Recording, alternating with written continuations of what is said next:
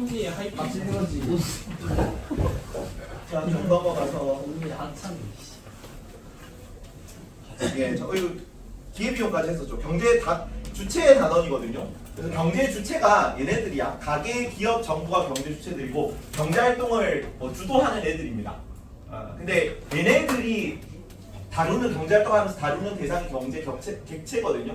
근데 이런 게 어느 정도라는 건지 개념만 알아두세요. 너네 그렇게 깊게는 안 나올 것 같아서. 그래서 생산물은 생산 활동에서 만들어진 결과물들이고 뭐를 생산물이라고 하냐면 재화와 1번 재화, 2번 서비스를 경제 객체라고 합니다. 재화는 눈에 보이는 거고 영화 티켓 이런 거, 서비스는 눈에 안 보이는 거, 영화 관람 이런 거죠. 그리고 생산 요소는 생산 활동에 투입되는 재료, 뭔가 만들어낼 수 있는 부가가치를 창출하는 수단 같은 건데 고전적 생산 요소를 노동, 토지, 자본이라고 합니다. 그리고 얘네는 그 임금 지대 이자는 생산 수단은 아니야. 생산 요소는 아니지만 노동, 토지, 자본을 제공하고 받는 대가는 항상 같이 붙어 다녀요. 그래서 이 정도는 좀 외워두면 좋습니다. 그래서 너네가 생산 요소잖아요. 너네가 이제 성적 결과물을 만들어내야 되니까. 그래서 생산 요소에게 너 또 자니? 너 또 자.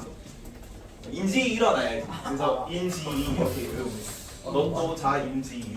노토자의.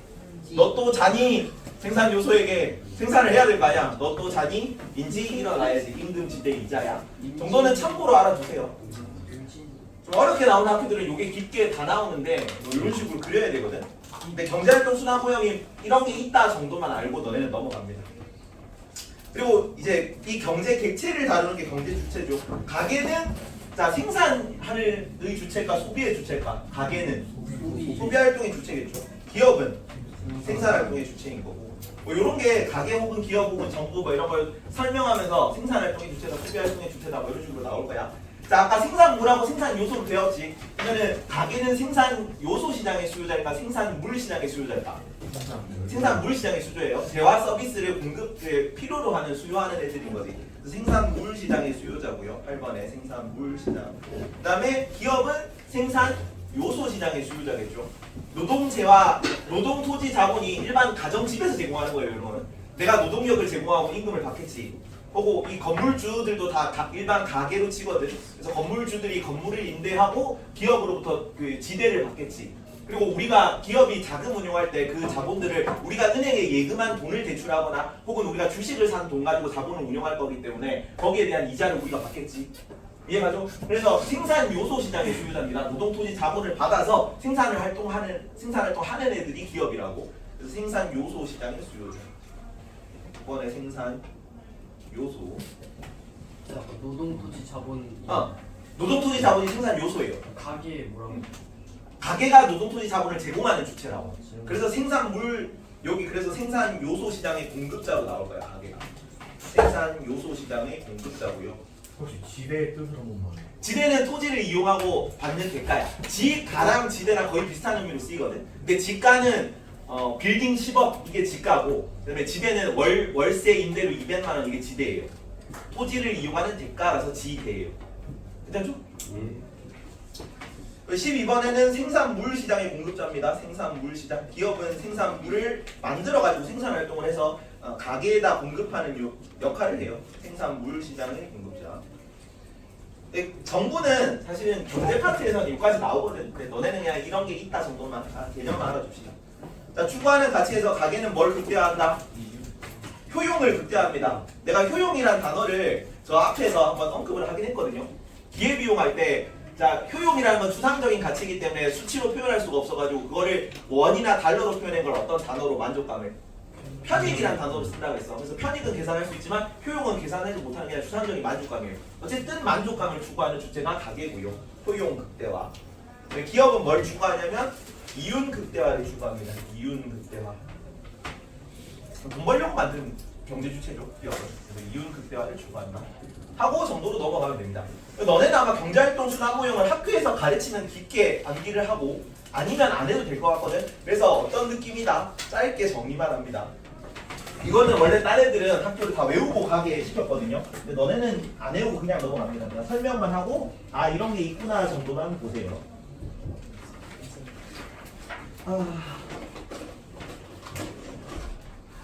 파란색깔, 검은색깔, 검은색깔.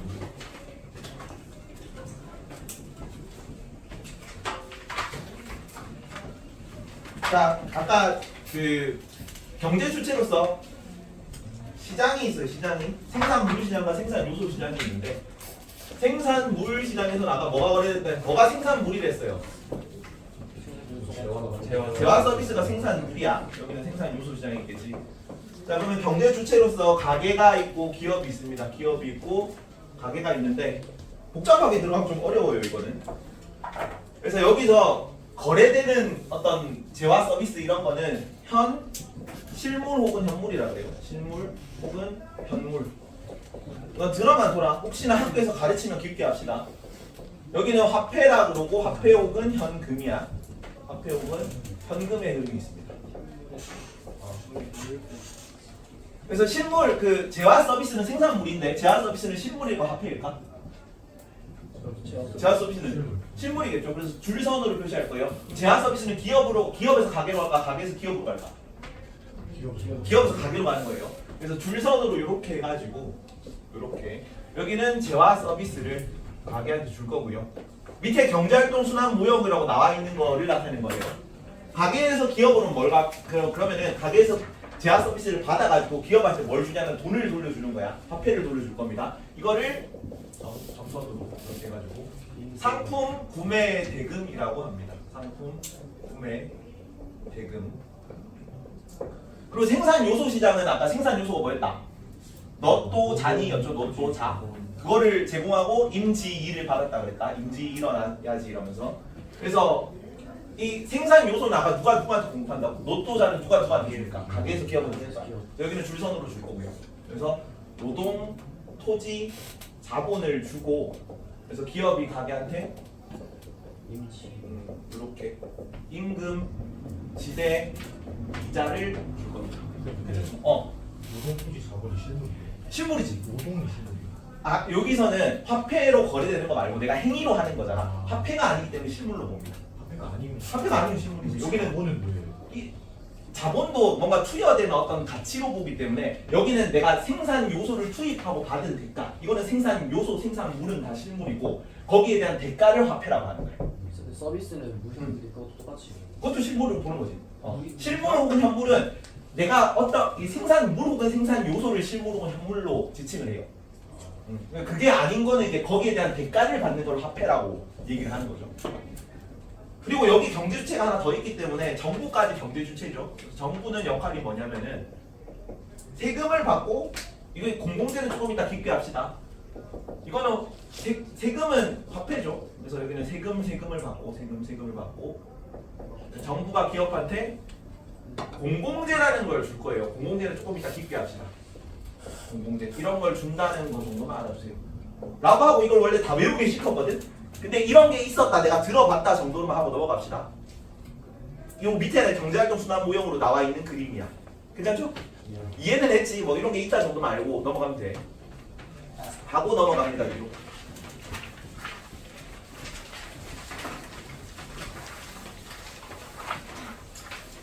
그러면 15페이지로 이제 문제를 한번 풀어만 보자.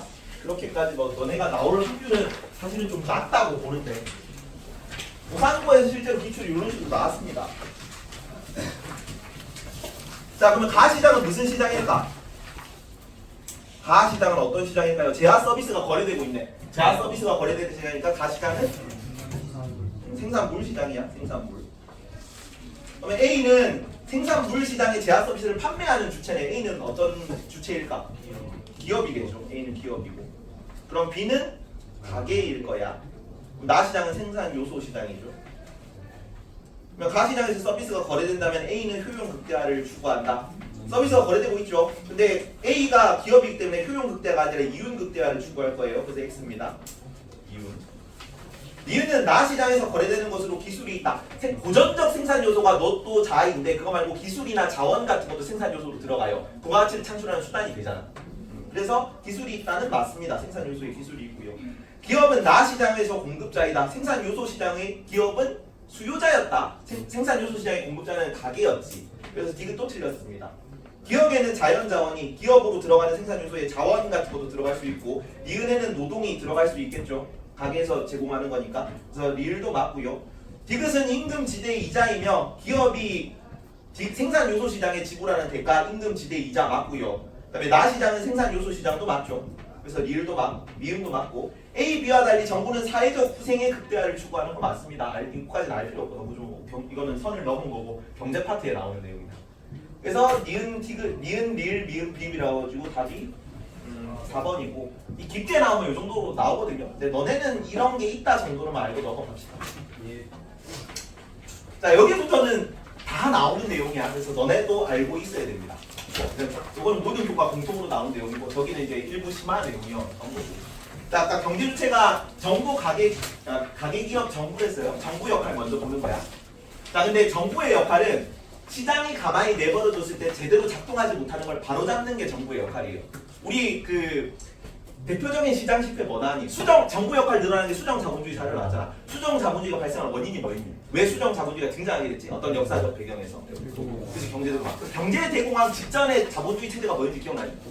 독점 자본주의였다. 그래서 원래는 애덤 스미스가 얘기한 이상적인 경제 상황은 전부 다 왕정 경쟁 시장이에요. 그래서 공급자들이 서로 경쟁하게 되면은 가격이 내려갈 거 아니야. 그러면 생산량이 많아지고 가격을 싸게 소비자들이 소비할 수 있게 되겠지. 그게 경제 상황이 잘 작동하는 상황인데 독점 자본주의 같은 경우는 완전 경쟁이 어그러진 거죠. 이해가죠? 그 소수 기업이 시장을 장악하고 있어가지고 인위적으로 생산량을 줄일 수 있고 가격이 비싸지는 상황이잖아. 그래서 유효 수요가 없어가지고 유효 수요 단어 기억나지? 구매력이 없는 수요. 구매력이 있는 수요가 없어져가지고 그 사람들이 구매력이 없어가지고 그 기업이 망하고 막 그랬던 거였잖아요. 그런 내용이 있었거든요. 여튼 그래서 정부의 역할은 그런 시장 실패, 시장이 가만히 내버려뒀더니 시장이 잘 작동하지 못하는 상태를 바로잡는 역할이고 그 시장이 잘 작동하지 못하는 상태가 가계, 기업, 정부 차원에서 하나씩 있어. 그리고 외부 차원에서 하나씩 있습니다. 그렇죠? 가계 차원에서는 이건 뭐라고 하냐면 딱 교과서 8개 중에 3개 교과만 나오거든요. 창비, 지약사, 신나라만 나오는데 너네는 외워야지 창비니까. 그래서 정보 비대칭이라고 합니다. 대표적인 그 사례로 중고차 시장 같은 게 나오는데 원래 소비자랑 공급자랑 서로 이제 물건을 교환할 때 누가 대체로 정보가 더 많을 거야. 공급자가 정보가 많단 말이야. 이 뭐 떡볶이를 파는데 우리가 그 안에 뭐 중국산인지 불량식품인지 이걸 잘 모르고 먹죠. 이게 뭐 좀 유통기한 지난 거지 막 그 이런 거를 제대로 안 밝히고 우리가 소비를 한단 말이야. 그게 특히나 중고차 시장에 심하거든. 이게 침수차인지 뭐 타이어가 공기가 빠졌는지 아니면 뭐 기계가 마모됐는지를 모르고 구매를 할 거란 말이야. 그러면 소비자들이 비싼 거는 제대로 안 살라 그래요, 당연히. 이해가죠? 내가 정보가 좀 부족하기 때문에 거기에 대한 구매를 좀 지연시키는 미루는 경향이 나타납니다. 그 정보가 없는 시장에서는. 그래서 원래 시장이 정상적으로 작동하면은 공급도 많아지고 수요도 많아가지고 이 시장이 잘 굴러가는데 중고차 시장은 가만히 내버려두면은 소비자들이 구입을 미루기 때문에 시장 규모가 작아지고 결국은 이 시장이 사멸될 거라고 봐. 괜찮지?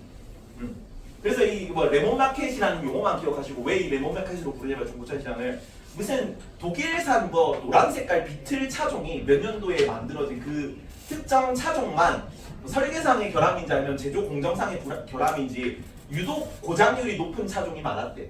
그래서 중고차 시장을 가면은 그런 이제 노란 색깔 그 비틀 차종만 쭉 널려 있는 거지, 안 좋은 것들만.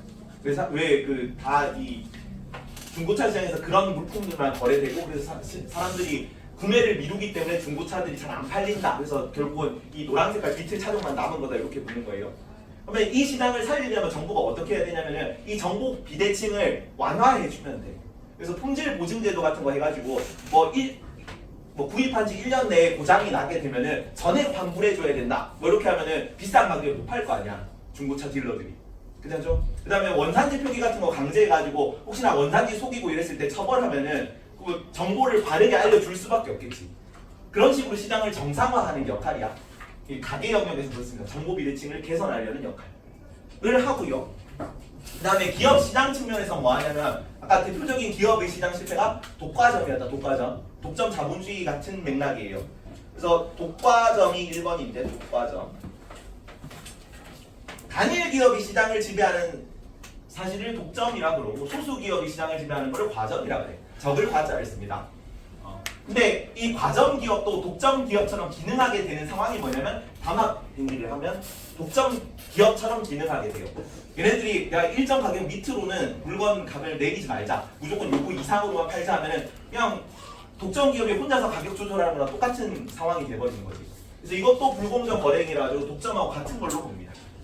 그래서 그 저번에 항공사 중에 아시아나랑 뭐 대한항공이 지금 결합 추진 중이거든. 근데 결합 추진 중인데 공정거래위원회에서 그 결합 못하게 했어요. 그러면 국내 유일의 해외 항공사가 되는데 저가 항공사들을 키워가지고 얘네들한테 해외 항공할 수 있는 능력을 길러준 다음에 합치라고 했어. 그래서 대한항공이나 아시아나에서 저가 항공사들 지금 그 해외 항공 이런 거 알려주고 막 키워주고 막 그러고 있거든요. 그런 역할을 해. 그냥 한 기업 혹은 소수 기업들이 이 시장을 장악하지 못하게 정부가 법으로 규제하고 있어요. 그런 거를 이제 독과점 규제라고 그러고 마찬가지로 독과점 규제라고 그러고 공정거래위원회 활동 이런 거 독점 규제 및 공정거래 불공정 거래가 담합 같은 거잖아. 그런 거에 대한 법률을 만들어가지고 못하도록 제재 중입니다. 정부 역할이고요. 그다음에 정부 국가 차원에서는 공공재가 부족하다는 게 문제다. 공공재가 뭔지는 밑에서 자세하게 볼 거예요. 공공재 아까 그 정부 역할에서도 정부가 세금 받아가지고 공공재 공급하는 게 정부의 역할이었죠. 그런 것처럼 공공재가 부족할 때 공공재를 생산 공급하는 게 정부 역할이라는 것만 기억을 해주십시오. 공공재는 필연적으로 시장에 가만히 내버려두면 부족할 수밖에 없거든. 왜 그런지는 밑에서 봅니다. 자, 외부 영역에서는 여기까지 이제 가계기업 정부 차원이고 외부 영역에서는 외부 효과라는 게 있어. 외부 효과는 밑에 설명이 나와 있는데 한 경제 주체 활동이 다른 주체에게 의도하지 않은 손해 이익을 주는 걸 외부 효과라고 합니다. 자, 내가 길 가다가 이제 맨날 그 신림역 지나가면 대리만주를 먹고 있거든요. 그래서 이렇게 지하철역에 타러 가면서 맨날 대리만주 그 냄새를 맡으면서 출퇴근을 해. 그러면 그러면서 좀 맛있잖아요. 대리만주 냄새는 냄새만 매혹적이기 때문에 맛있겠다 해서 기분이 좋아지는 효과가 있을 수 있죠. 그러면 이제 그 대리만주 주인이 내가 길 가는 사람들을 행복하게 하기 위해서 대리만주를 굽는 게 아니라 돈 존나 많이 벌어야지 하면서 열심히 굽는 거잖아요. 그러면 그 사람이 의도하지 않은 나한테 편익이 발생하는 거지. 빵 냄새 같은 거. 이 긍정적 외부 효과를 뭐라고 하냐면 외부 경제라는 단어로 씁니다. 용어까지 알아줍니다. 외부 경제예요. 3번.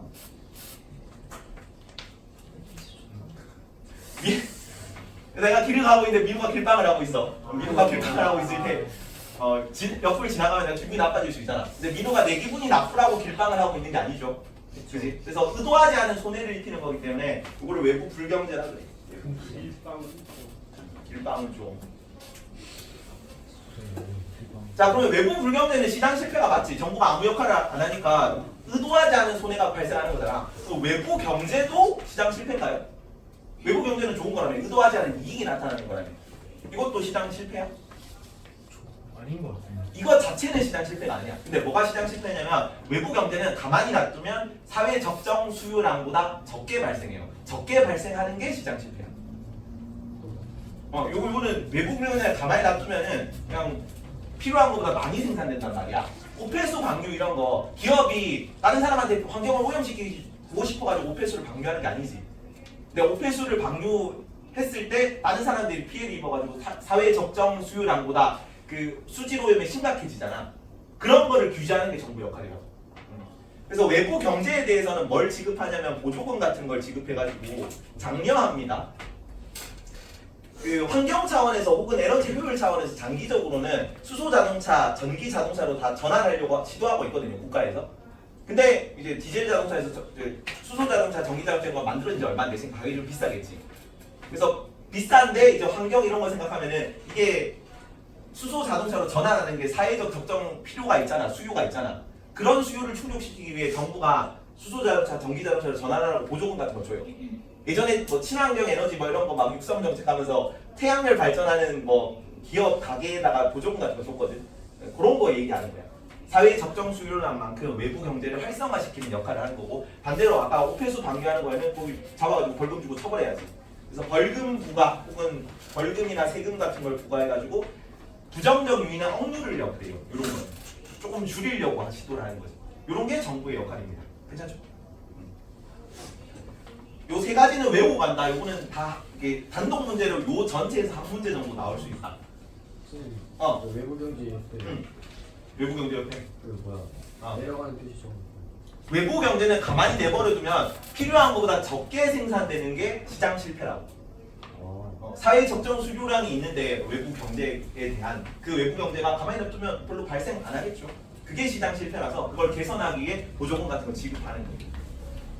이거는 외우고 갑니다. 이거는 10초 줄 테니까 뭐라고 하면 되냐면 가계 기업 차원에서는 정보 비대칭이 시장 실패고, 기업 차원에서는 독과점이 시장 실패고, 정부 차원에서 공공재 부족이 시장 실패고, 외부 영역에서는 외부 효과가 시장 실패라서 거기에 대해서 각각 개선 유도, 규제, 생산 공급, 보조금, 벌금 등을 통해서 시장 실패를 개선하려고 하는 게 정부의 역할이다까지 15초 물어볼게요. 자지 말고 조는 사람 달려가고 있어. 선생님, 노직은 노직. 노직? 노직이 그지. 노직은 근데 이 단어는 아닌데. 공정한 과정을 거쳤는데 결과가 약간 굳거나 이런 이렇게 심해를 받으면 안 된다라고 주장하고 알고 있는데, 그렇지. 그럼 독과점 같은 경우에도 자유시장에서 가만히 내버려둬야지. 거기는. 내버려둬. 거기는 애초에 둘 다 범위는 아니라는데 롤스 노직이 다 절차적 정의라는 거 알고 있니? 절차적 정의기 때문에 결과가 어떻게 되든 소유권만 침해되지 않으면 무조건 정의로워요. 결과는 아예 신경 쓰지 않습니다.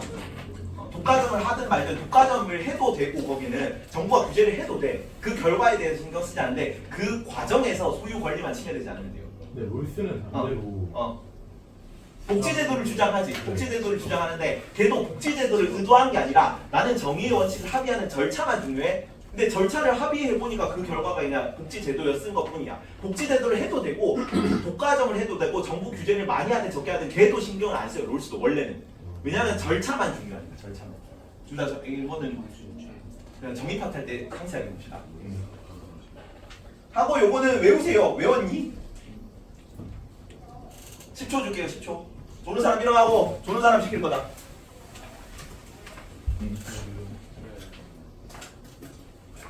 5초.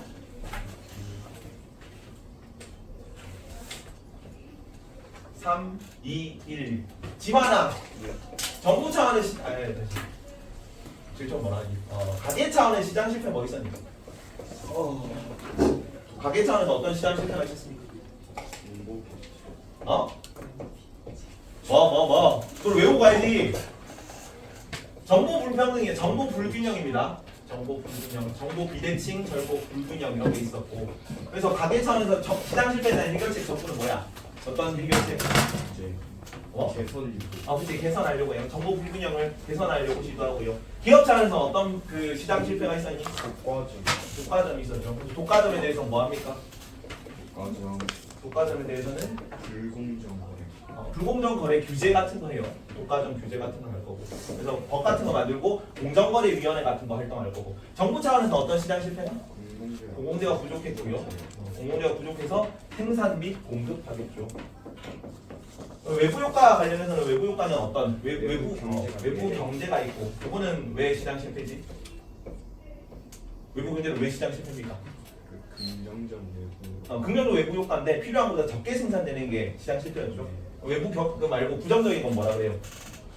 외부 불경제고, 불경제는 필요한 것보다 많이 생산되는 거, 경제는 적게 생산되는 게 시장 실패라서 여기에 대해 외부 경제에 대해서 뭐 있니?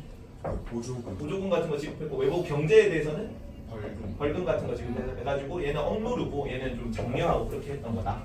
따지. 이거는 그냥 단독 문제로 한 문제 정도 나와요. 밑에 그리고 아까 공공재에 대해서 자세하게 봅니다. 공공재. 자, 대화의 종류는 경합성이라, 그러니까 결론적으로 10번이 공공재거든요. 공공재는 어떤 특성을 가지고 있는 제안이냐면 비경합성과 경합성 X죠. 비배제성을 가지고 있는 거, 배제성 X잖아. 비경합성, 비배제성을 가지고 있는 게 공공재야. 그러면은 경합성, 배제성이 뭔지를 알아야 공공재라는 게 어떤 의미인지를 알 수 있겠지. 경합성, 배제성의 뜻을 일단 봅시다. 경합성은 내가 가지면 남이 가진다, 못 가진다를 나타내는 지표고, 그러니까 서로 경쟁해야 된다는 거야. 편의점에 삼각김밥 있는데 민호가 마지막 남은 삼각김밥을 먹게 되면 나는 삼각김밥을 못 사죠. 그런 게 경합성이 있는 겁니다. 그리고 배제성은 무료란 뜻이에요. 그 배제성은 돈을 안 낸 사람을 배제할 수 있고 없거든요. 배제성이 있다는 얘기는 유료라는 뜻이고 돈 내고 구매해야 되는 뜻이고, 배제성이 없다는 건 무료라는 뜻이야. 공공재는 무료입니다. 무료라서 문제가 발생하는 거야. 우리는 지금 군인들한테 국방 서비스를 받고 있는 중이거든요. 근데 너네가 직접 돈을 국방 그 군인들은 지급하지 않지. 그러면 너네가 돈을 지급하지 않기 때문에 원래라면 군인들은 돈을 못 받아야 돼. 그죠? 돈을 못 받기 때문에 군인은 없어질 거예요. 그게 시장 실패라고. 군인이 우리가 국방 서비스가 필요한데 자체적으로 돈을 받지 못하기 때문에 안 만들어지잖아, 군대라는 게. 그래서 우리한테 세금을 걷어가지고 국가가 인위적으로 만들어서 공급하는 거야. 그래서 배제성 특징 때문에 공공재가 부족할 수밖에 없다. 나머지 특성들도 알고는 있어라. 자, 경합성과 배제성이라는 게 있는데 경합성, 배제성을 둘 다 가진 거를 사유제 혹은 사적제, 사적재화 뭐 이렇게 부릅니다. 일반적인 우리 시장에서 거래되는 재화들은 전부 다 사유제예요. 그래서 도로로 따지면은 막히는 유료 도로인데 왜 막히냐면 서로 경합하고 있어요. 경쟁하지. 내가 차를 끌고 나가면 남이 차를 끌고 나갈 때 조금 장애를 받는단 말이야. 차가 밀려가지고. 그리고 유료 도로는 배제성이 있다는 얘기야. 돈을 내고 차를 타고 다녀야 된다는 얘기입니다. 그리고 강의로 따지면 1타 강사 정규 현장 강의인데 정규 강의이기 때문에 돈을 내고 듣는 거지. 그리고 현장 강의이기 때문에 좌석이 제한돼 있는 거지. 그래서 서로 경쟁하고 돈 내야 돼서 배제성 경합성 둘 다 있는 그런 거. 일반 제아들, 옷 아이스크림 같은 제아들이 둘 다 가지고 있는 사유제예요. 그렇지? 그 다음에 클럽제라고 하는데 돈은 내야 돼. 배제성은 있습니다. 근데 경쟁하진 않아. 요 클럽제를 유료제 혹은 요금제라고 합니다. 유료제라거나 요금제라고 불러요. 도로로 따지면 막히지 않는 유료도로야. 왜 막히지 않냐면 경합성이 없으니까. 유료도로인 거는 이거 돈 내야 됩니다. 그리고 강의로 따지면 메가스터디 인터넷 강의 같은 거. 메가스터디는 돈 내야 들을 수 있죠. 메가패스 같은 거 결제해야 되잖아. 하지만 인터넷 강의이기 때문에 민호가 듣는다고 해가지고 도훈이가 메가패스 강의를 못 듣잖아. 그죠? 넷플릭스 같은 거지. 여기 회원만 왜 클럽제라고 부르냐면 내가 월 뭐 구독료, 뭐 회원료 이런 거를 지불하면 그 안에 있는 콘텐츠를 다 즐길 수 있단 말이야. 클럽에서. 근데 그 클럽 회원이 아니라면은 아예 이용을 못 해. 유료는 안 되십니다. 유료. 그래서 유료 케이블 TV도 사례로 자주 나오는데 내가 뭐 이 케이블 TV 신청해가지고 유료 채널 같은 거 볼 수 있는데 내가 본다고 해서 남이 못 보지 않는다는 얘기지. 그 다음에 배제성은 없지만 경합성은 있다. 무료인데 사람들이 서로 경쟁해야 돼. 이거를 공유제라고 합니다. 이 단어는 뭘 기억하면 되냐면은 공유제의 비극이라고 들어봤니? 용어는 들어봤죠? 공유제의 비극? 어떤 겁니까? 마을 사람들이 다 사용할 수 있는 공동 목초지가 있어. 근데 우리는 여기 이제 개인 사유지인 목초지가 있는데 여기서 먼저 풀을 뜯어 먹이면은 내가 나중에 혹시나 풀이 부족하면은 소를 못 뜯어 먹이잖아. 그래서 제일 처음에 사람들이 다 같이 어디만 사용한다고. 여기는 위기 시에 좀 필요할 때 누가 막 급할 때 사용하라고 공동으로 해놓은 건데 많은 사람들이 다 여기 먼저 풀을 뜯어 먹이니까 결국 모두가 사용할 수 있는 공동 목초지지만 아무도 사용할 수 없는 땅이 되었다. 이게 공유지의 비극이에요. 괜찮지? 어디 뭐 도덕교과서나 이런 데 많이 나와 있습니다. 중딩 때부터 계속 나와. 그래서 그런 재화의 특징을 공유제라 그럽니다. 경쟁하기 때문에 풀을 뜯어오면 없어진다는 얘기고 무료로 사용할 수 있기 때문에 마을 공동 목초지였던 거지. 도로로 따지면 막히는 무료 도로야. 왜 막히냐면 경합성이 있으니까. 무료 도로는 거는 배제성이 없다는 뜻이고. 그리고 강의로 따지면 1타 강사 무료 현장 강의인데 무료 현장 강의이기 때문에 배제성이 없고 무료고 하지만 서로 경쟁하기 때문에 현장 강의는 좌석 제한이 있다는 얘기. 여기까지 괜찮죠? 그리고 사례로 나온 건 공해상 물고기입니다. 자, 한반도가 이렇게 있고 여기 12해리까지는 우리나라 영해예요. 영해에서는 우리나라밖에 당연히 고기를 못 잡겠죠. 여기 뒤에 배타적 경제 수역이 있고 여기도 우리밖에 못 잡지만 요 배타적 경제 수역 밖으로 나가면 여기는 공해란 말이야. 중국 어선도, 러시아 어선도, 한국 어선도, 뭐 북한 어선도 다 가지고 고기를 잡을 수 있습니다. 그러면은 여기서는 우리나라밖에 못 잡으니까 좀 적정 어족 자원이 유지가 되겠지만 여기는 다 같이 와가지고 다 같이 잡으면 쌍끌여선하고 쭉 하면은 공해상에는 물고기가 씨가 마른다는 거지. 그래서 공해상의 어족 자원 이런 게 공유제의 특징을 띈다 그래요. 아까 공동 목초지는 설명했던 공유지고. 그리고 마지막 둘 다 해당되지 않는 게 공공재입니다. 공공재. 막히지 않는 무료 도로 같은 거고 공짜이고 다 같이 쓸 수 있는 거지. 그리고 강의로 치면 EBS 인터넷 강의 같은 거야. EBS는 무료로 다 풀려 있죠. 하지만 무료로 풀려 있는데 있고 인터넷 강의이기 때문에 내가 사용한다고 남이 안 사용하는 게 제한되고 막 그러지 않죠. 대표적으로는 국방 치안이나 뭐 철도 교량 뭐 이런 거 그 교통편 이런 게 사회 간접 자본이거든. 화재 경보 알림 서비스 뭐 그런 거. 그다음에 가로등 등대 이런 게 그 공공재의 사례로 나와요.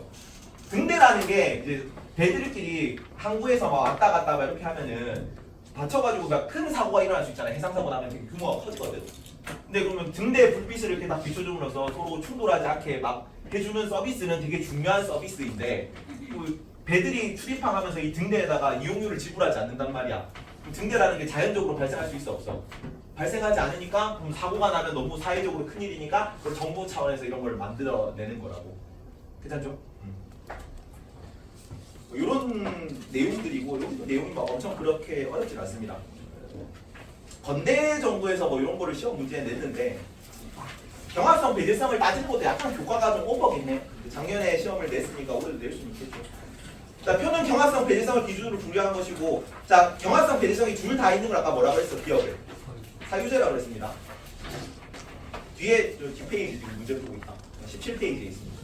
자, 경합성은 있지만 배제성은 없다. 서로 경쟁을 하는데 무료야. 배제성이 없으니까 무료지. 뭐 어떤 거라 그래 이거를? 이유는 공유제라고 합니다. 공유제. 아까는 그 가로축 세로축이 바뀌었네. 방금 전에 내가 쓴 거랑. 서로 경쟁하고 있지만 무료네. 배제성이 없으니까 무료. 공유제. 그리고 경합성은 없지만 서로 경쟁하지 않지만 돈은 내야 돼. 배제성은 있어. 이거를 요금제 혹은 유료제라고 합니다. 요금제.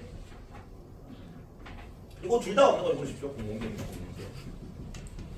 자, 유료 케이블 TV는 어디에 해당될까요? 유료 케이블 TV 요금제에 해당해. 디귿에 해당하기 때문에 답은 틀렸고요.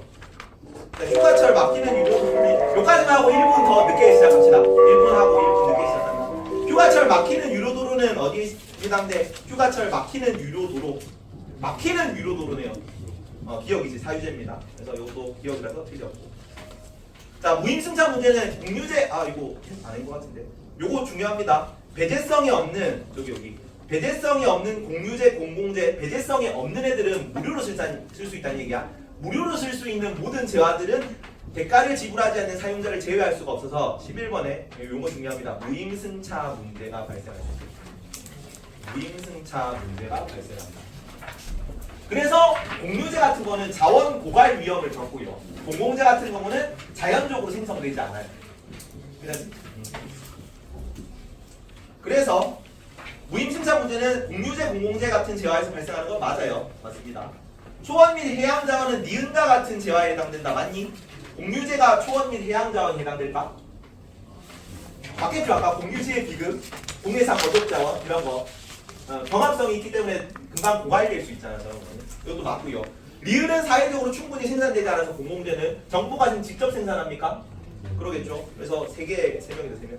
디귿, 병, 정, 무만 맞습니다. 5분이 깝시다. 자, 그거 문제. 너네 재작년 기출이네. 시장 경제세제 한계 항상 이렇게 표준으로 나와. 참비 교과에 정보 불균형이 들어갔는데 원래 작년까지는 정보 불균형이 잘 안 들어가 있었거든요. 올해도 교과서 8개 중에 3개만 들어갔다 그랬지. 그래서 정보 불균형 빼고 요거 3개만 나오는 게 원래 국룰이었습니다. 작년까지. 그래서 요거 3개 시장 실패 뭐 예시나 이런 게 나온 거야. 풀 시간 1분. 30초 주겠습니다. 풀어. 9번. 1번 줄게. 1번 푸세요. 1번, 4번. 이게 너무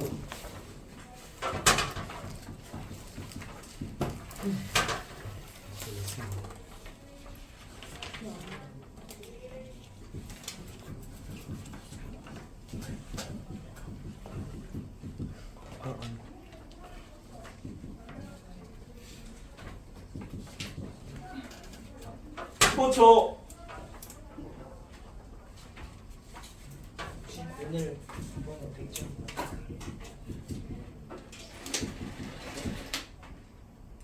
자, 찍습니다. 5초. 찍는다고요? 찍는다고. 역시 찍는다고. 몇번 찍어? 다음 찍. 2, 1. 답이 3번이고요. 같이 봅니다. 그분은 들어가시는. 자, 기억은 시장 경제세제 한계는 독과점, 외부효과, 공문제 부족은 전부 다 시장 실패 맞습니다. 이 문제를 해결하기 위해 정부 개입이 필요한 것도 맞고요. 맞습니다. 자, 니은이 기업이 가격을 부당하게 올리거나 생산량을 임의로 저정하는 경우가 해당된다. 니은 이런 게 독과점 시장이겠지. 근데 이거 선지가 어떻게 나올 거냐면 기업이 가격을 부당하게 올리거나 생산량을 임의로 늘리는 경우가 해당된다. 맞아, 틀려? 가격의 생산량을 조절하는 거는 맞거든. 근데 생산량을 늘리는 경우가 해당된다고 선지가 나올 거예요. 맞습니까? 틀립니까? 아니에요. 틀려. 생산량을 임의로 줄이는 겁니다. 생산량을 줄여야 가격이 높아지겠지. 네.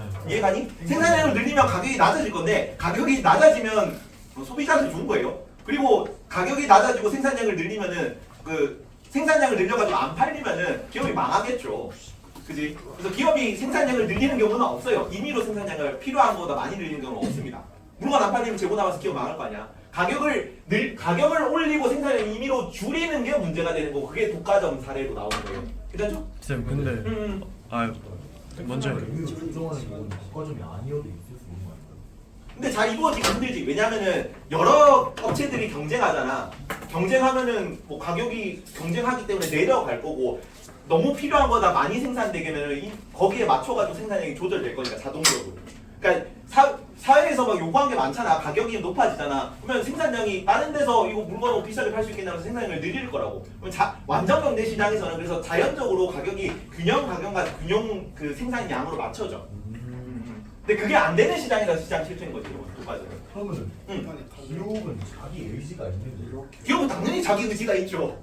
기업이 그 사장님께서 뭐 오더해가지고 이거 만들자 이거 해가지고 이거 정도 만들자라고 해가지고 뭐 생산량 결정하고 뭐 고용량 결정하고 그렇게 할 거야. 당연히 자기 의지가 있는 거지. 그게 다 수요에 따라하는 거. 그치 수요에 따라가는 거지.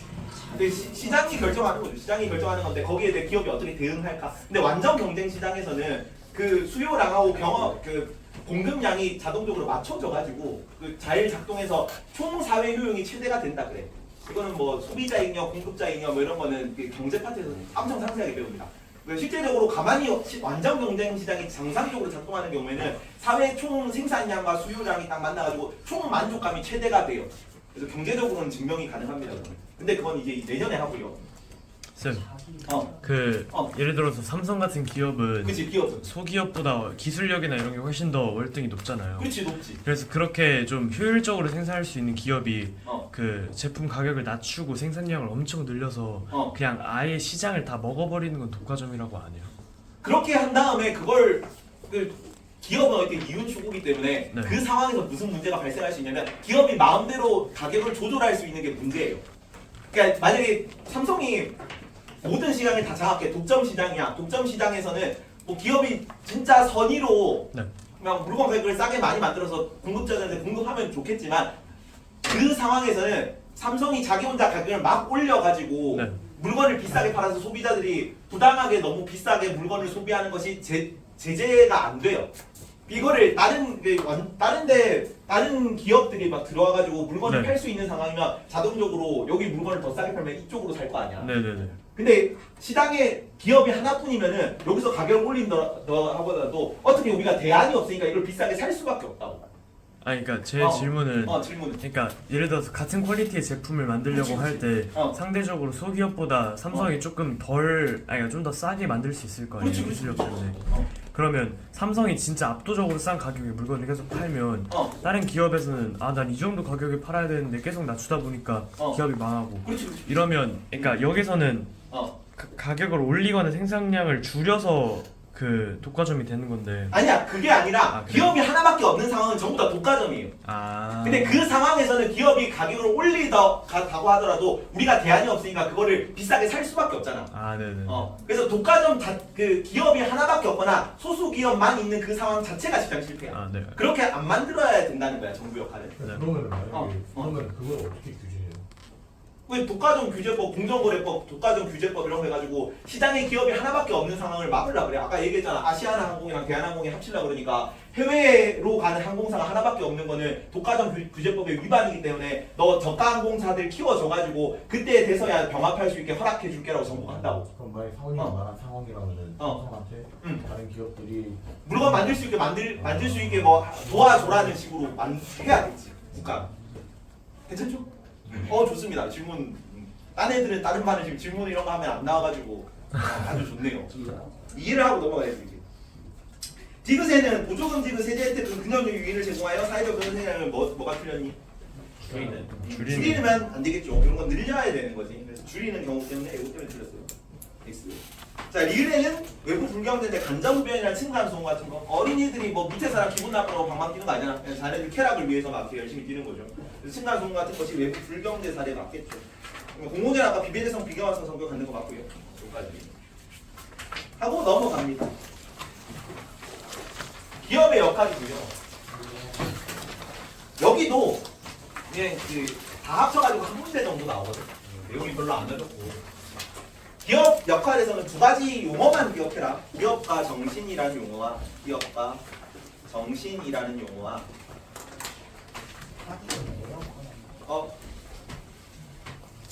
리모컨 분만이 잘 알아서 기업의 사회적 책임입니다. 사회적 책임. 요 용어 두 개만 기억하고 넘어가면 됩니다. 내용 여기는 아예 그냥 분별력이 없는 파트다. 그냥 이런 게 있다 정도만 알고 넘어가면 돼요. 그러니까 기업가 정신은 뭐냐면 요 용어 그대로 객관식, 그러니까 너네는 객관식만 나오니까 상관없을 것 같아. 단답형 혹은 서술형 하라 그러면 단답형 단어로 나올 수 있는 용어입니다. 기업가 정신. 벤처 기업이라는 용어 들어봤죠? 벤처 할 때 그 벤처가 뭡니까? 어드벤처. 그죠, 어드벤처입니다. 그 벤처 기업이 그래서 좀 소규모 회사인데 지금까지 시도하지 않았던 뭐 새로운 시장 개척하려고 시도하는 뭐 그런 기업들을 보통 벤처 기업이라고 불러요. 그렇지? 그래서 여기는 이런 거 위협과 불확실을 무릅쓰고 용어도 사실은 서술형 나오는 학교들은 다 외우라고 시키거든. 창의와 혁신으로 새로운 가치를 창출하는 도전 정신 이런 걸 기업가 정신이라고 해요. 그러니까 뭐 내가 지금 당장은 좀 위험하고 리스크가 좀 클 것 같지만 뭔가 새로운 걸 내가 시도해 보겠다 이런 걸 통해서 이윤을 올리려는 정신. 기업은 어떤 게 필요해? 그 기업가 정신을 가진 사장님의 마인드가 필요한 거예요. 그리고 이 기업가 정신과 관련해서 슈페터라는 사람이 쓴 용어도 기억하십시오. 이 기업가 정신을 창조적 파괴라는 단어로 묘사했어요. 파괴는 파괴인데 뭔가를 부수려면, 그러니까 뭔가를 새롭게 만들려면 뭘 해야 된다고? 기존의 걸 부숴야 된다고. 정해져. 그래서 배우지 않아. 현재를 파괴하는 기업만이 미래를 가질 수 있고 창조는 파괴의 또 다른 이름이고 희생을 두려워하는 창조는 없다라는 식으로. 근데 이런 용어가 나와. 이런 용어나 이런 문장이나 이런 게 나오면은 우리가 뭘로까지 보시냐고 기업의 역할 얘기하는 거구나. 그러니까 기업은 뭐 선지에서 이런 게 나올 겁니다. 1번에 뭐 공급자 시장의 생산물 시장의 공급자이다 뭐 이런 식으로. 그다음에 뭐 이윤을 추구한다 뭐 이런 식으로. 그래서 이런 용어들을 보고 뭐 사회적 책임이라든가 기업과 정신 같은 단어들을 보고 기업의 경제 활동 주체로서의 특징을 묻는 선지 같은 것도 나올 수 있어. 괜찮죠? 이런 게 있다 정도만 알면 넘어가면 되고. 그리고 사회적 책임이 뭐냐면 소극적 책임하고 적극적 책임인데 적극적 책임만 교과서에 나와요. 근데 이거를 강조하는 입장이긴 한데 이 소극적 책임은 적극적 책임 안에 포함되는 겁니다. 소극적 책임은 그냥 내가 기업 활동하면서 범법 행위하지 말라는 거야. 원산지 표시 속이지 말고 최저임금 미만으로 임금 주지 말고 그래서 법만 잘 지키고 이윤 추구하면 아무 문제가 없어라는 게 소극적 책임만 강조하는 입장이고 적극적 책임론에서는 소극적 책임 플러스 뭐까지 필요하지만 기업이 사회 공헌 활동까지 해야 돼라는 입장이야. 그래서 소비자 노동자 권리를 뭐 존중하고 뭐 기부 같은 것도 많이 하고 그다음에 장애인 복지시설 같은 거 기업 명의로 좀 이름으로 달아가지고 좀 지어주고 뭐 그런 거 하라고 뭐 기업 무슨 장학금 같은 거 막 많이 좀 주고 막 그런 거 하라는 얘기죠. 자 그러면 이렇게 선지가 나올 수 있다. 기업은 사회적 책임을 다하기에 이윤 추구를 포기하고 그다음에 사회의 모든 이익을 환원해야 된다. OX. X 왜 X겠니? 그렇지. 기업의 원래 목적은 뭐야? 기업의 최대 목적은 이윤 추구야. 그래서 이 적극적 책임이라는 단어가 왜 나오게 되는지 배경을 이해하면은 이게 왜 X인지를 조금 더 쉽게 설명할 수 있거든요. 이 사회적 적극적 책임론이라는 용어는 기업이 이윤 추구 과정에서 단기적으로 보면 그냥 물건 가격 막 올리고 기업 이렇게 노동자는 최저임금만 주고 그렇게 하면 기업이 단기적으로는 그 이윤 창출이 많이 되지. 근데 그렇게 하다가 지금 카카오가 민심 역풍 맞아가지고 막 라인으로 갈아타고 뭐 이런 거 하잖아요. 라인이요? 라인 그 메신저 이런 거 다른 메신저들 막 요새 네이트온 설치하고 라인 설치하고 그러고 있다는데 좀 더 독에 대한 뭐 그런 거 라인 설치하고 좋죠. 라인 좋지. 그래. 라인. 그래서 적극적 책임론에서 하는 얘기는 뭐냐면 야 이 단기적으로는 그냥 법만 잘 지키고 기업 활동하면은 기업 매출이 오르겠지. 근데 장기적으로는 내가 기업 이미지를 좋게 사회 공헌 활동 이런 걸 통해서 긍정적인 기업 브랜드를 구축하는 게 장기적으로 내 이윤 추구에 더 도움이 될 거라는 논리예요. 그러면 이윤 추구를 하기 위해 이 사회 공헌 활동을 하라는 겁니다. 이윤 추구를 포기하면 안 되겠지. 이해가지? 예. 넘어가고. 그리고 요 지속 가능 발전 노력은 원래 작년에는 안 나왔어. 근데 올해 22일 개정부터 환경 문제 이런 게 막 엄청 많이 여기저기 들어갔거든요. 그래서 여기도 요거만 좀 기억해 둡니다. 지속 가능한 발전 노력 관련해서는 ESG 경영이라는 단어를 좀 알아둬야 돼요. ESG 경영입니다. ESG 경영주. 뭐의 약자인가요? 인바이러먼트 환경, 그다음에 사회적 책임, 소셜, 투명한 지배 구조적 거버넌스 세 개의 약자야. 그래서 예전에는 이런 거를 비재무적 요소라 그래. 경제적 지표로 나타내는 뭐 재무제표 분석 이런 거에 그 기업의 매출 조사 대조표 뭐 이런 거에 나타나지 않는 요소들이야. 근데 이제 뭐 이게 나중에 지속 가능 발전 단원으로 나올 거거든요. 9단원 자원에서. 근데 거기서 사회 안정성도 지속 가능 발전의 요건에 들어갑니다. 여기 지속 가능 발전 이런 거 막 열심히 경제 활동하게 되면은 빈부격차가 당연히 커지겠지. 빈부격차가 너무 심해지면 그러면 어떻게 되는 거야? 사회 안정성이 저하되고 신림동에서 칼빵 맞을 수 있는 거야.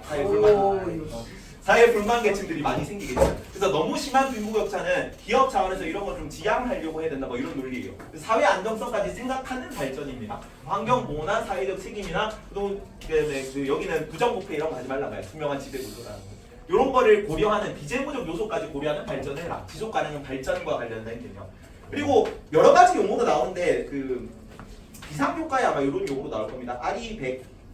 근데 다른 교과서에는 탄소 중립이라든가 넷 제로라든가 같은 용어다. RE100은 재생에너지 100%는 얘기고 넷 제로라는 거는 탄소 화력 발전 0%라는 얘기인데 화력 발전 0%가 재생에너지 100%죠. 그지? 그래서 2050년까지 모든 기업 차원의 에너지 발전을 다 뭘로 대체한다고? 재생에너지 대체한다는 이런 거를 추구하는 그 기업의 노력이에요. 이런 용어들만 기억하면 돼. ESG, RE100. 괜찮지? 뒤에는 요거 내용 같은 보고 가죠. 여기 있는데 지학사 교과서에 나오네요. 그래서 환경, 사회, 지배 구조 이런 거를 생각하는 기업의 경영 이런 것만 기억하시고. 그리고 노동자의 역할은 권리, 노동자 의무, 노동자 권리로 나눠서 나오는데 노동자 의무는 그냥 도덕적인 거 고르면 됩니다. 내가 돈 받은 만큼 열심히 일을 하라는 얘기야. 뭐 그 아예 그리고 뭐 상호 동반자 의식을 가지고 뭐 이렇게 나오는데 내가 너무 막 파업하고 막 일 안 하고 그래서 기업이 망하면 결국 노동자도 일자리를 잃잖아요. 그래서 노동자 권리를 지키는 것도 중요하지만 노동자 그 사용자와 같이 상생을 하려는 그런 그 마인드를 가져야 된다. 이런 의무도 있다. 정도는 그냥 좋은 얘기 듣고 넘어가면 되고 여기는 별 매력이 없습니다.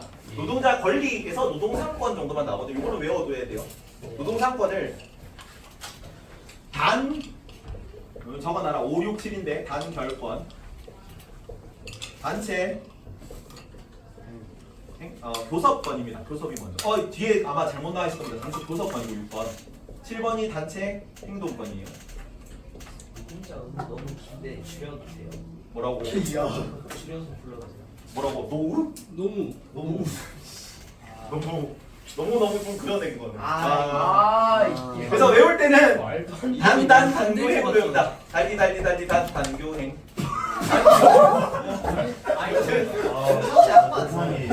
아마 작년 광희중 수업할 때 했을 겁니다. 그래서 별권, 단체 교섭권, 단체 행동권.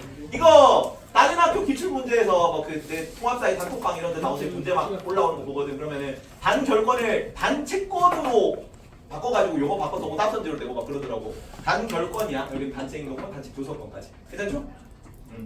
자, 일단은 5초 외웁니다. 단결권, 단체 교섭권, 단체 행동권. 단계자 우리는 3, 2, 1. 자, 세 가지 뭐라고? 준혁아 어디 있어? 준혁아 뭐 첫 번째 그 다음에 단지 교섭. 그 다음에 행동권이고 단결권은 뭐냐면 노조를 결성할 수 있는 권리예요. 노조. 그리고 경제학적 용어로 노동자에 대한 반대말이 뭐예요? 노동자에 대비되는 용어를 뭐라 그래요?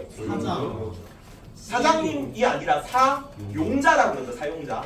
그래서 노동자는 주인님인데 주인님. 사용자, 그래서 내 임금을 주고 노동자의 노동력을 사용할 수 있는 권리를 가진 사람이죠. 사용자. 지금 노동자는 사용당한다가 맞는 그치, 사용당하는 거죠. 임금을 내 노동을 사용당하고 있는 중인 거지. 어항이 좀 그런데 있어. 그러니까 그래서 일반적으로는 노동자랑 사용자가 1대1로 불만이 있어가지고 맞짱을 가면 누가 더 권력적으로 사회적 누가 더 약자겠어? 힘이 약한 사람. 노동자가 일반적으로 사회적 약자겠죠. 내가 이제 학원 처우에 불만이 많습니다. 그래서 원장님 방문 땅 차고 들어가가지고 이건 좀 아닌 것 같습니다. 하면 어떻게 돼? 너래고 이렇게 되잖아. 그래서 노동자 혼자서는 사용자를 상대로 동등한 입장에서 좀 협상이 안 되기 때문에 뭐 할 수 있는 권리? 노조를 결성할 수 있는 권리입니다. 노조. 그래서 제일 학원에는 노조가 없는데 여튼 서로 이렇게 다 같이 뭉쳐가지고 저 혼자 이러면 도저히 근무 못하겠습니다 이렇게 하면은 좀 약발이 안 먹겠지만 선생님들 다 같이 단체로 이런 환경에서 근무 못하겠습니다 하면 원장님도 좀 생각해 볼 수 있겠죠. 그래서 노조를 결성할 수 있는 권리고 그다음에 단체 협상권은 뭐냐면 단체 교섭권은 뭐냐면 교섭권 노동조합이 주체를 잘 기억하세요. 노동조합이랑 사용자가 협상하는 겁니다. 협상하는 거죠. 둘이 협상하는 거고 마지막으로 단체 행동권은 쟁의 행위를 할 수 있는 권리입니다. 뭐라고요? 단체 행동권은 쟁의 행위, 여기 쟁의 행위. 단체 행동권이고 노사 분쟁이 발생했을 때 우리 지금 물가 상승률이 5%인데 임금이 한 2% 정도밖에 안 오르는 게 말이 됩니까? 4%까지는 올려주십시오 라고 밖에 얘기를 할 수 있겠지 노조가. 이야. 그럼 원장님이 아무리 물가 상승률이 높다고 하더라도 지금 학원 사정상 애들이 휴업을 많이 하고 그래가지고 한 3% 정도밖에 못 라고 할 수도 있잖아. 그러면 협상이 제대로 안 되면은 단체로 행동을 할 수 있는 권리예요. 그래서 파업은 많이 들어죠. 파업은 일 안 하는 거. 일 못 하겠습니다. 그래가지고 단체로 이제 일 쉬는 거. 그다음에 태업은 일부러 태만하게 일하는 거야. 태업. 그래서 일본 이렇게 마감 기한이 일주일인데 일부러 2주 3주 많이 늦춰서 하고 고장률이 0.5% 미만이어야 되는데 고장률 한 개 두 개만 만들고 막 그렇게 이렇게 태업할 수 있는 권리가 헌법에 보장돼 있는 권리야. 헌법에 근로 3권으로 보장돼 있습니다. 근데 쌤 파업보다 태업이 더 나쁜 거 아니에요? 둘 다 이게 불만 사항을 전달하는 거잖아. 아니 그것 근데 때문에 피해를 보는 사람들은 어떻게 해요? 근데 이거는 노동자 권리로서 헌법에 보장된 권리이기 때문에 서로 좀 양해해야 되는 부분이야 사회적으로. 아니 근데 전 파업은 이해가 되는데 태업 아까 막 고장률 얘기하셨잖아요. 그렇지. 그럼 소비자 입장에서 제가 진짜 막 100만 원짜리 노트북을 샀는데 막 화면이 나가 있어요. 그렇지. 그거는 기업 그러니까 사장님이 감당해야 되는 부분이 고려해야 되는 부분이지. 기업 매출에 손해가 나잖아. 기업 매출에 손해가 나기 때문에 요 노동자들의 의견을 경청해야 되는 그런 고려해야 되는 사항이 되는 거죠. 근데 만일 많이 예를 들면 제가 한국 같은 상황에서 노트북을 100만 원짜리 노트북을 샀는데 그렇지. 제가 약간 좀 서명 같은 걸 했을 때 서명 내용에 이런 노동자 권리로 인해서 발생하는 불이 예를 들면 태업으로 인한 보장금 같은 것에 대한 책임은 소비자에게 전가합니다 라고 돼 있으면 환불을 못 받을 수 있어요.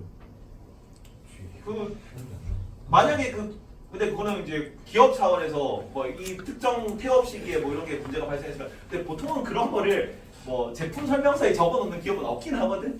근데 약간 그래서 제품 설명서에 안 나와 있기 때문에 그건 좀 도의적 차원에서 이거 우리 기업의 태업으로 인해서 발생한 손해이기 때문에 이거는 보상한다 그러면 기업 이미지가 좋아질 수 있겠죠.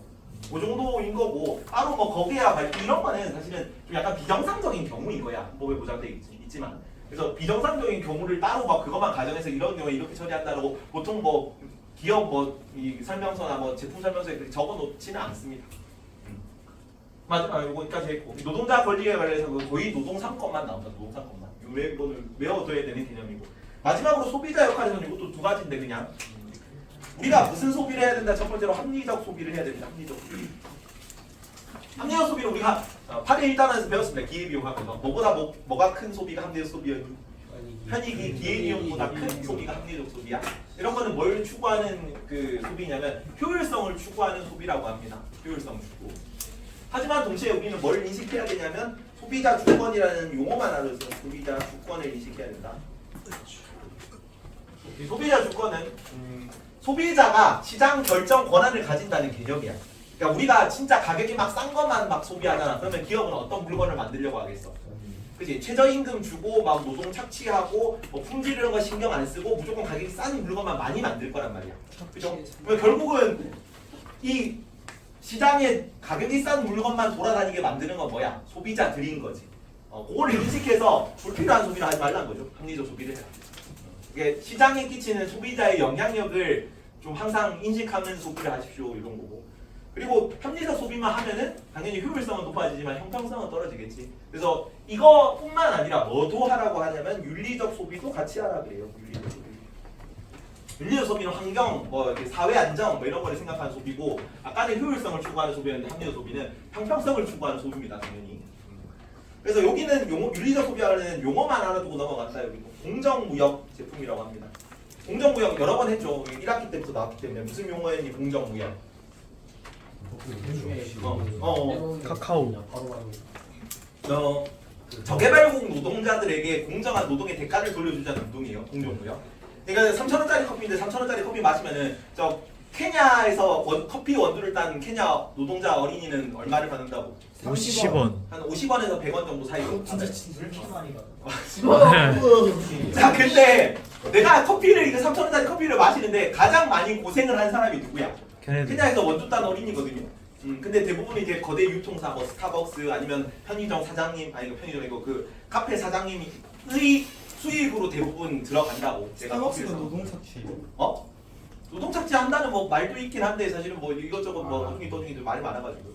그래서 기업 차원에서 뭘 하겠다는 거냐면 이렇게 공정무역 마크가 있어. 이런 마크가 붙어 있는 제품은 일반적으로 우리가 시중에서 구매하는 가격들보다 좀 비싸게 판매돼요, 제품이. 근데 기업 차원에서 나는 책임지고 이 저개발국 노동자들한테 그 정당한 노동의 대가를 조금 더 돌려주겠습니다라고 이제 표시를 해놓는 거죠. 가격이 비싸더라도 그러면 우리가 이걸 소비하면 어떻게 되는 거야? 이 저개발국 노동자들이 조금 더 잘 대우를 받을 수 있다는 개념인 거지. 그래서 이런 것만 합리적 소비하면 이런 건 소비하면 안 되죠. 공정무역 상품은 가격이 더 비싸니까. 근데 합리적 소비만 하지 말고 형평성도 추구하는 그런 소비를 하세요. 윤리적 소비도 같이 고려를 해야 됩니다라고 하는 겁니다. 그리고 여기는 밑에 마찬가지로 환경 상품 이런 거는 그냥 요거만 알아두고 간다. 로컬 푸드는 뭐에 대한 반대말이냐면 글로벌 푸드입니다. 그래서 전 세계적으로 유통되는 상품이고, 용어 이것도 푸드 마일리지라는 단어만 좀 알아두세요. 마일리지가 보통 우리가 어떤 의미로 쓰여? 적립금, 포인트 이렇게 쓰이거든요. 근데 적립금으로 사용되는 게 제일 처음 그 용어를 썼던 게 항공사들이에요. 항공사에서 포인트를 어떤 방식으로 적립해줬냐면 비행기를 타는 횟수가 아니라 비행기를 타고 이동하는 마일 수에 따라 적립금을 줬어요. 그래서 그래서 마일리지고 그냥 마일 수라는 뜻입니다. 푸드 마일리지는 이 음식이 생산된 곳에서 내 식탁까지 오르는데 이동한 거리 마일 수를 푸드 마일리지라고 해요. 로컬 푸드는 지역 상품이니까 푸드 마일리지가 어떻게 했어? 당연히 푸드 마일리지가 낮겠지. 그리고 푸드 마일리지가 낮기 때문에 이 물건이 생산되는 뭐 비료 쓰고 막 이런 거 뭐 이동하고 뭐 그래서 이동 시에 이산화탄소 배출 이런 것도 낮을 겁니다. 이 물건이 생산되는 동안 내 식탁에 오르기까지 총 발생하는 탄소의 양을 탄소 발자국이라고 해. 그래서 탄소 발자국도 작고 푸드 마일리지도 낮고 그런 이게 친환경적인 제품이에요. 로컬 푸드는. 슬로우 푸드는 패스트푸드 반대말인데 패스트푸드는 대량 생산, 대량 소비되는 음식이에요. 그게 아니라 진짜 내가 그 뭐 씨 뿌리고 밭 이렇게 균 매고 뭐 씨앗 따고 뭐 이렇게 해가지고 내 식탁에서 요리해가지고 먹는 음식이 슬로우 푸드겠지. 당연히 이것도 대량 생산, 대량 소비되는 형태가 아니니까 낭비가 없을 거 아니야. 이런 게 환경을 생각하는 친환경 상품을 구매하는 거죠. 애니멀 프리 이런 것도 그 뭐 악어 가죽 지갑 이런 거 하지 말라고, 모피 코트 이런 거 하지 말고 그냥 합성 섬유로 된 거, 인조 섬유 이런 걸로 된 옷 입어라 이런 거. 여기는 내용이 안 어렵기 때문에 그냥 정리만 한번 하고 넘어간다. 정리만 한번 하고. 자, 아까 정부 역할이 있었지. 정부 역할 정부 역할에서는 뭐 개선이었어? 시장 실패 개선이다. 그러면 가계 차원에서는 어떤 시장 실패가 있었니? 정보 불균형, 정보 불균형 개선. 그다음에 기업 차원에서 어떤 시장 실패? 독과점 규제. 그다음에 정부 차원에서 뭐가 부족해? 공공재 부족, 공공재 공급. 외부 차원에서 뭐? 외부 불경제, 외부 효과 발생해서 외부 불경제는 필요한 것보다 많이 발생하니까 여기는 뭐 벌금, 외부 경제는 필요한 것보다 적게 생기니까 여기는 보조금 이런 거 지급했어요. 그다음에 기업 차원에서 뭐 있어? 기업 차원에서는 아까 용어 2개 어떤 용어가 나왔습니까? 기업 차원에서 용어 2개 나왔잖아. 그 윤리 기업의 사회적 책임하고 적극적 책임, 소극적 책임이었죠. 네. 플러스 기업과 정신하고 네. 그다음에 지속 가능 발전 추구에서 ESG 경영이라든가 RE100이라든가 이런 거 나왔습니다. 네. 노동자 관련해서 뭐 나왔니? 노동자는 어떤 개념 나왔습니까? 노동상권 나왔어. 네. 그래서 단지 넘어가고 그 소비자에서는 마지막으로 무슨 소비? 합리적 소비와 윤리적 소비 이런 거. 공정무역 제품 구입한다, 친환경 제품 구입한다 하고 넘어가면 됩니다. 여기 내용 어렵지 않고요. 8회 2단원 끝. 나머지는 넘어갑시다. 나머지는 크게 기업에서 요거만 요거 나왔기 때문에 정부 역할에서 이것만 기억하세요. 선택 효과에 나와 있는 거 나왔는데 창비에도 나옵니다. 창비에도 나오는데 국가의 역할 중에 아까 외부 효과 개선 뭐 이런 거, 그 시장 실패 개선도 있고 요새는 뭐가 들어가냐면 지속 가능한 발전 목표를 국가가 추진한다는 개념도 들어갔어요. 이것도 국가의 역할입니다. 그래서 원래 지속 가능한 발전과 관련해서 SDGs라는 개념이 있어요. 그러니까 이거는 전 국제 차원에서 협약을 한 거야. 우리가 S가 Sustainable이거든요. Sustainable Development Goals예요. 그래서 지속 가능한 발전 목표인데 그 지속 가능한 발전 목표의 K 버전을 국가가 하는 거지. 코리아 버전. 코리아. 그래서 국가 지속 가능한 발전 목표 수립입니다. 이게 정부의 역할로 또 나올 수 있다. 그 정도만 기억하세요. 아까 지속 가능한 발전 관련해서 기업에서는 아까 막 RE100이라든가 그런 거 그 ESG 경영이라든가 이런 나온 거고 국가 차원에서는 국가 지속 가능한 발전 목표 이렇게 나올 수 있습니다. 여기까지 하고 다습서로 가자. 다습서. 관련 내용을 짧게 볼 겁니다. 어차피 다 한 내용이라서.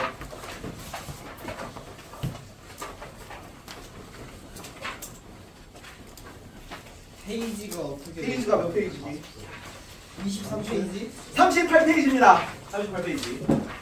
지속 가능 발전을 위한 경제 주체의 역할과 책임이죠. 정부는 자, 첫 번째 담합 불공정 거래. 이게 그 시장 차원의 그거였죠. 시장 차원의 문제를 개선하는 거고. 그다음에 국방 치안 등 국방 치안 같은 게 뭐겠니? 공공재야. 공공재 부족한 거를 이제 생산해서 공급하는 게 시장 한계를 보완하는 거고, 외부 효과에 대해 경제적 요인 제공하는 거 있죠. 외부 경제를 외부 불경제 얘기하는 거고, 지속 가능한 발전을 위한 국제협약 체결하는 게 밑에 나와 있죠. 지속 가능 발전, 국가 지속 가능 발전 목표 수립입니다. 이런 것도 정부가 한다 정도만 알아두세요. 그리고 여기 이거는 참고로만 들어만 둬라. 이거는 자습서는 38쪽이고요. 자습서 38쪽. 네? 왜? 자습서 38쪽. 창비 자습서 38쪽. 문제가 있니? 이거요? 그거 거기 보고 있잖아. 그래 거기 이거. 자습서가 없어. 옆에 잠깐 같이 보세요. 그리고 정부 이거는 너네 교과서에 안 나오는데 들어만 둬라. 참고로. 정부 역할 중에 다른 교과에서 뭐가 나오냐면은 소득 격차 완화 정책이 들어갈 수 있거든. 소득 격차 완화. 소득 격차 자체는 시장 실패일까 아닐까? 소득 격차가 시장 실패라고 볼 수 있을까? 아니야. 이거는 시장이 정상적으로 작동하면 당연히 소득 격차가 나타나는 겁니다.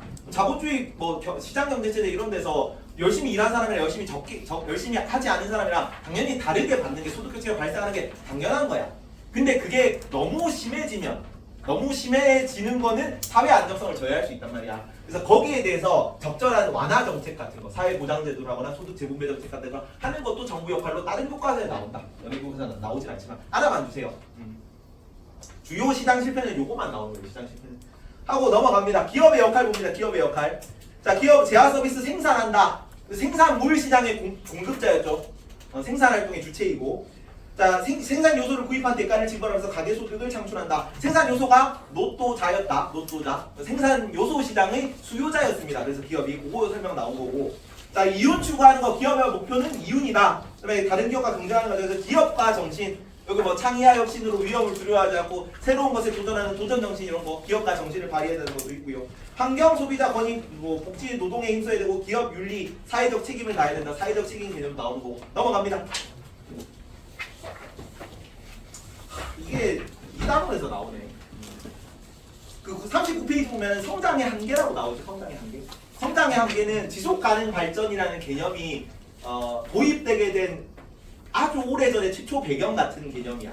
그러니까 여기 로마 클럽이라고 여기 그 이탈리아 싱크탱크들이 있거든요. 그러니까 사회 학술 연구회 이런 거 해가지고 환경 문제에 대한 위험성 이런 거를 연구하던 단체였어. 거기서 성장의 한계라는 책을 하나 발간했는데 이대로 우리가 이 속도로 발전을 하잖아. 그럼 우리는 머지않아 성장의 한계에 도달할 것이고 인류는 멸망할 것이다가 결론이에요. 그래서 이 상태로 발전을 하면 안 된다 해가지고 국제협약 같은 거, 환경협약 같은 거 1학기 때 좀 배웠지. 환경 문제에서. 그런 거를 맺어지게 된 배경인데 여기서 나오는 이유는 그냥 지속가능 발전이 여기 경제주체의 역할에 오래 들어갔기 때문에 그걸 설명하기 위해서 나온 거예요. 알아만 주세요. 아래쪽 노동자의 역할 봅니다. 노동자의 역할. 노동자는 상대적 약자인 경우가 많다. 법률을 통해 노동자 권익을 보호하고 있다. 그래서 노동상권 개념만 기억하세요. 오른쪽에 있죠. 노동상권. 항상 여긴 다 나오기 때문에 단결권, 단체 교섭권, 단체 행동권. 단결권은 노조 결성, 단체 협상권은 노조가 사용자와 교섭할 권리, 단체 협상할 권리. 단체 행동권은 파업행위 이런 거, 태업행위, 쟁의행위를 할 수 있는 권리였다. 알고만 있고요. 자, 소비자 역할에서는 합리적 소비, 윤리적 소비인데 소비자 주권 여기 표제로 나왔네. 자, 최종적으로 소비할 상품 종류 수량을 결정하는 것은 소비자다. 그래서 소비자 결정은 기업 생산 방식에 영향을 미치기 때문에 신중하게 소비해야 된다. 그리고 합리적 소비하지만 말고 윤리적 소비까지 같이 해야 된다는 내용이었죠. 관련 내용은 이게 다기 때문에 하고 넘어갑니다. 끝. 시간이 많이 남았는데. 아니 당연히 뒤에 한참 남았는데.